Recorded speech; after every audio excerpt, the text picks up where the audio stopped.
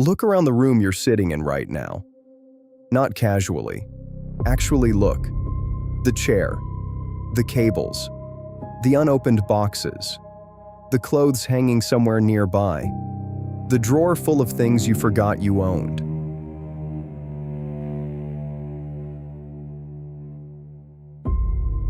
Now let me tell you something disturbing.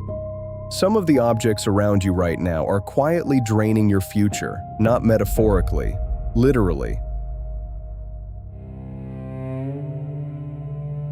Most people think objects cost money once. At checkout, wrong. Everything you own keeps charging you long after you buy it.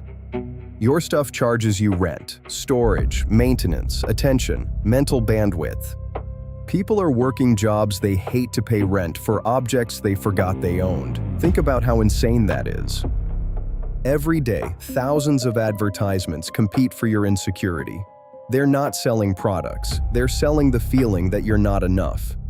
The modern economy survives by keeping people emotionally dissatisfied. Lonely? Buy this. Tired? Buy this. Bored? Buy this. Insecure? Buy this. There's always a product waiting to promise what it cannot deliver.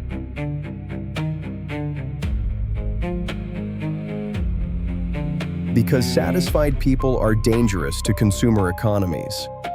They stop buying identities. They stop chasing versions of themselves they'll never become. They stop trying to impress people they don't even like. And once someone stops buying, the economy loses its grip. That's when freedom begins.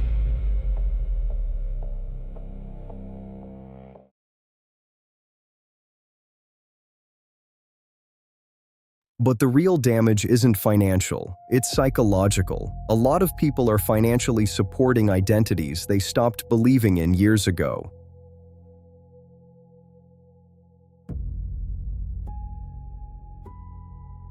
Some objects aren't purchases anymore. They're evidence of who you hoped you would become. Some people are paying monthly storage fees for identities they emotionally abandoned years ago. Still paying, still storing, still hoping. In America today, there are more self-storage facilities than Starbucks locations. Entire industries now exist to warehouse emotional leftovers, billions of dollars, millions of square feet, all holding things people bought to become someone else.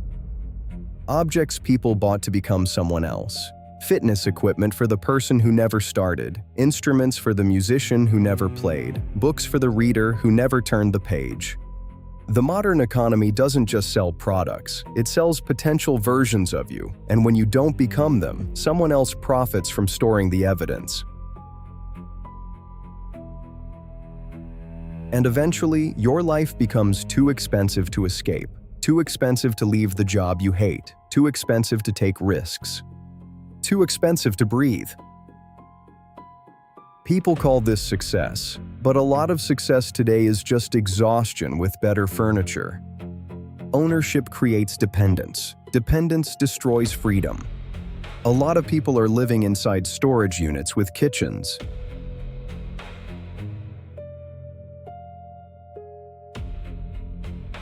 The terrifying part is, most people never realize they're trapped. They just think they're tired. Unread bills, unfinished projects, unopened purchases. Every object becomes another unfinished responsibility.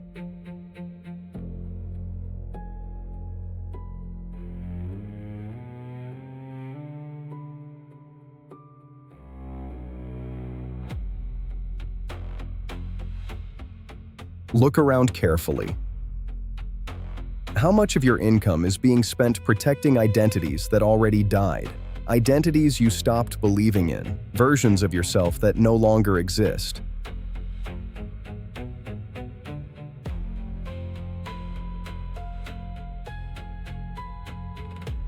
Some objects are still sitting in your house, waiting for a version of you that never came back. They're not coming back, and neither is the money you spent on them.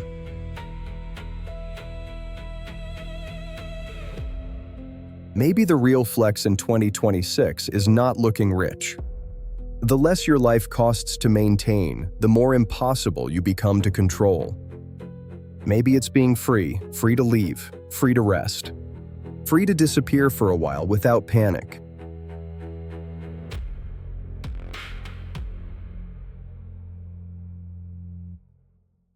Once you see it, you can't unsee it. Every object has a cost, every possession has a weight.